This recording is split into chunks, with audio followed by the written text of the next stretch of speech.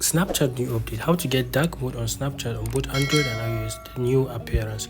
So in this video guys, I'm going to be showing you the new update on how you can get the dark mode on your device. So go ahead and open your Snapchat. When you open your Snapchat guys, I want you to click on the profile icon showing just above your screen. So when you click on that, I want you to navigate to where it says settings guys. So go ahead and click on the settings.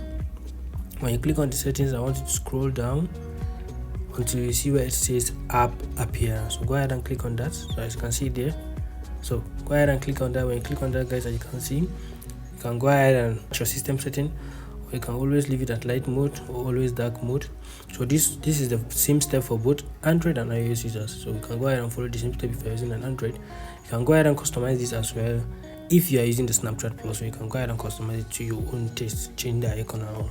So as you can see guys, I can match it. I can always leave it on the light mode, I can always leave it on dark mode.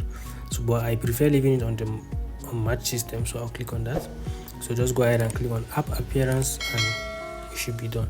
So I hope this video is helpful. If this video is helpful, don't forget to click the like and subscribe button to support the channel. See you.